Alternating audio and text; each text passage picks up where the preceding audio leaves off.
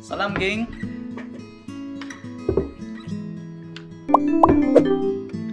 Alright, so what's the matter today? So Alhamdulillah, kita bertemu lagi dalam segmen What's the Matter. Jump straight to the point. Masa ni Brunei dihangatkan dengan isu COVID-19.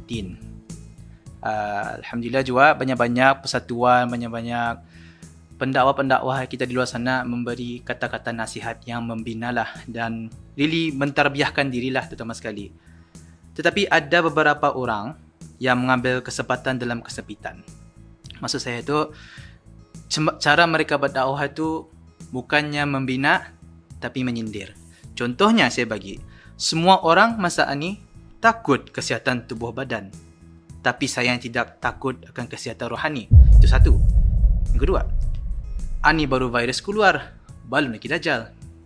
Ketiga, orang mudah takutkan coronavirus, tetapi orang indah takut meninggalkan solat. Itu nombor tiga. You know, nasihat cemani ni indah akan mengubah orang ke arah kebaikan. Sebagai contoh, kamu jual barang kepada orang, and then kamu agak orang tu, nya, balik barang kau ni nya, barang kau ni baiknya daripada atunya. So, kamu balik ni confirm baik ini untuk kamu. Kamu merasa orang akan balik tidak? I can assure you 99% orang akan balik. 99%. 1% tu mungkin yang terdesperate kali sudah dia kembali. Okay? Lain hal, apabila kita approach orang, kita menggunakan nada-nada yang lembut dan convincing.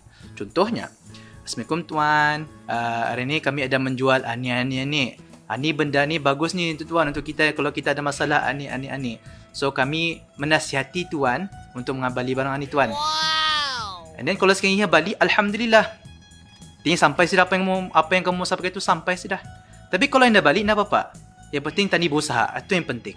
Dan yang penting, berdoa. Itu paling penting. Kita ni hanya mampu memberi dan menasihat. Dan yang mengubah bukan kerja kita, tapi kerja Tuhan. Dan upon research juga, saya buat sedikit research on adab-adab untuk memberi nasihat. Dan I found very interesting juga dalam laman sesawang Al-Ihwal keagamaan kita ni, ada khutbahnya, I'm not sure bila tahunnya, dan diorang ada membuat rumusan 5 steps on how to memberi nasihat. Yang pertama, nasihat secara lemah lembut, dan sebagai referensi surah Toha ayat nombor 44. Okay, yang kedua, elakkan dari menasihati di hadapan orang ramai dan berilah nasihat dengan adab. Adab is important. Okay, take note, adab is very important. Yang ketiga, beri nasihat dengan menggunakan kata-kata yang baik. Saya ulangi sekali, memberi nasihat dengan kata-kata yang baik dan bermanfaat dan yang membina, bukannya menyindir. Okay?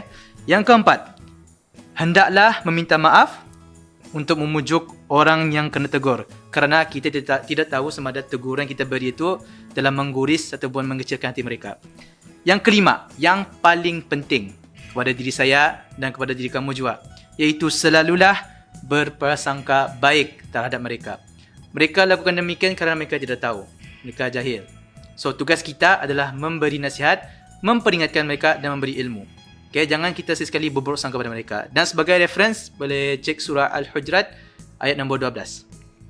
Dan, itu 5 steps itu. Dan sebagai icing on the cake, kesimpulan dari surah An-Nahl ayat 125 yang kira-kira bermaksud, serulah ke jalan Tuhanmu, wahai Nabi Muhammad, dengan hikmah yakni kebijaksanaan dan nasihat pengajaran yang baik, dan berdebatlah dengan mereka dengan cara yang terbaik.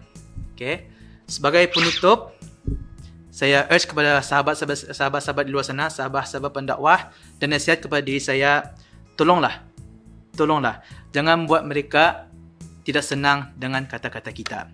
Okay. Kita memberi nasihat yang membina.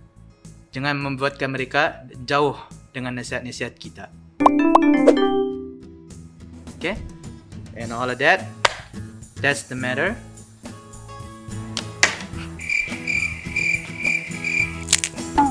In a nutshell.